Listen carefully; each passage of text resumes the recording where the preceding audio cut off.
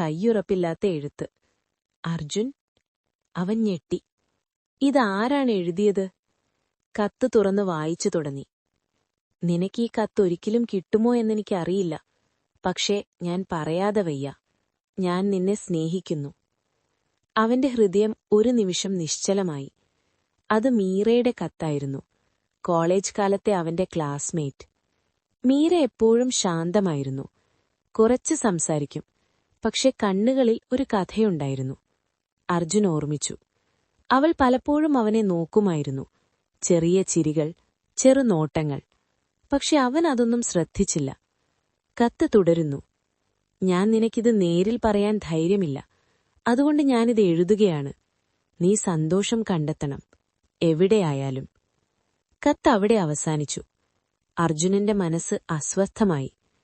എന്തുകൊണ്ട് അവളിത് പറഞ്ഞില്ല? അവൻ സ്വയം ചോദിച്ചു. അവൻ മീരയെ അന്വേഷിക്കാൻ തീരുമാനിച്ചു. പഴയ കോളേജിലേക്ക് അവൻ പോയി. അവിടെ പഴയ ഒരു അധ്യാപികയെ കണ്ടു.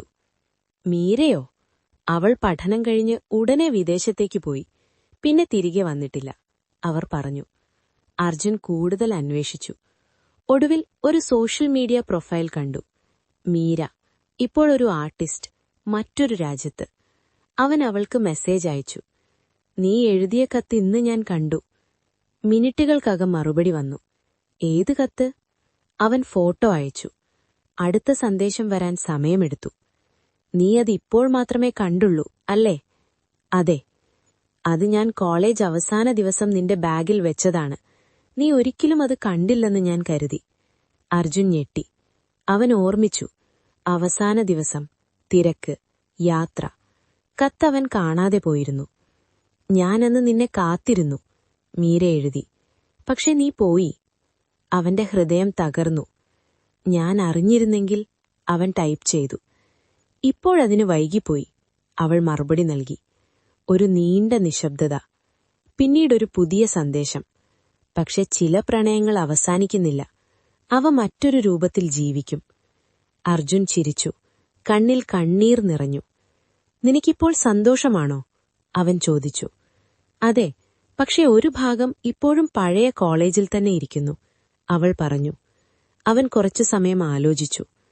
നമുക്ക് വീണ്ടും കാണാമോ? മറുപടി വന്നില്ല. ഒരു ദിവസം കഴിഞ്ഞ് അവൾ മറുപടി നൽകി. നമ്മൾ കണ്ടുമുട്ടേണ്ടത് പഴയ പോലെയല്ല. ഇപ്പോൾ നമ്മൾ ജീവിതം മുന്നോട്ട് കൊണ്ടുപോയ ആളുകളാണ്. അവനത് മനസ്സിലാക്കി. അവൻ അവസാനമായി ഒരു സന്ദേശം അയച്ചു. നിന്റെ കത്ത് വൈകിയാണ് കിട്ടിയത്. പക്ഷെ എന്റെ ഹൃദയം അതിപ്പോഴും സ്വീകരിച്ചു. മുന്നിൽ ഒരു കപ്പ് കാപ്പി. അത് അവളുടെ ചെറിയ ലോകം. അവൾ ആളുകളെ ശ്രദ്ധിക്കുമായിരുന്നു. പക്ഷെ ആനുമായും അധികം സംസാരിക്കാറില്ല. അവളുടെ മനസ്സ് ഒരു കഥയിൽ ജീവിക്കുന്നതുപോലെ. ഒരു ദിവസം കഫേ തിരക്കേറിയിരുന്നു. ഒരു യുവാവ് അവളുടെ ടേബിളിനടുത്തേക്ക് വന്നു. എക്സ്ക്യൂസ് മീ, ഇവിടെ ഞാൻ ഇരിക്കാമോ? മറ്റെവിടെയും സീറ്റില്ല, അവൻ ചോദിച്ചു. ഋതു തല ഉയർത്തി നോക്കി. ശരി, അവൾ പറഞ്ഞു. അവൻ ഇരുന്നു. താങ്ക്സ്, ഞാൻ അദ്വൈത്, അവൻ പറഞ്ഞു. ഋതു, അവൾ മറുപടി നൽകി. അവിടെ നിന്നാണ് അവരുടെ ചെറിയ പരിചയം ആരംഭിച്ചത്. ആദ്യത്തിൽ അവർ തമ്മിൽ അധികം സംസാരിച്ചില്ല. പക്ഷേ ദിവസങ്ങൾ കടന്നപ്പോൾ അവർ വീണ്ടും വീണ്ടും ഒരേ സമയം അവിടെയെത്തി. നീ ദിവസവും ഇവിടെ വരാറുണ്ടോ? അദ്വൈത് ചോദിച്ചു. അതെ, ഇതെനിക്ക് പീസ്ഫുള്ളാണ്, അവൾ പറഞ്ഞു. എനിക്കും, ഇപ്പോൾ, അവൻ ചിരിച്ചു. ആ ചെറിയ സംഭാഷണങ്ങൾ ധീരെ ധീരെ സൗഹൃദമായി മാറി. നിനക്കെന്താണിഷ്ടം? കാപ്പി, പുസ്തകങ്ങൾ, മഴ, അവൾ പറഞ്ഞു. അപ്പോൾ ഞാൻ നിന്റെ ലിസ്റ്റിലേക്ക് വരാമോ? അവൻ തമാശയായി ചോദിച്ചു. അവൾക്ക് ചിരി വന്നു. കാലം കടന്നു. കഫേ അവരുടെ ജീവിതത്തിലെ പ്രധാന ഭാഗമായിരുന്നു. ഒരു ദിവസം ഋതു അവിടെ എത്തിയപ്പോൾ അദ്വൈത് ഉണ്ടായിരുന്നില്ല. അവൾ കാത്തിരുന്നു. പക്ഷെ അവൻ വന്നില്ല.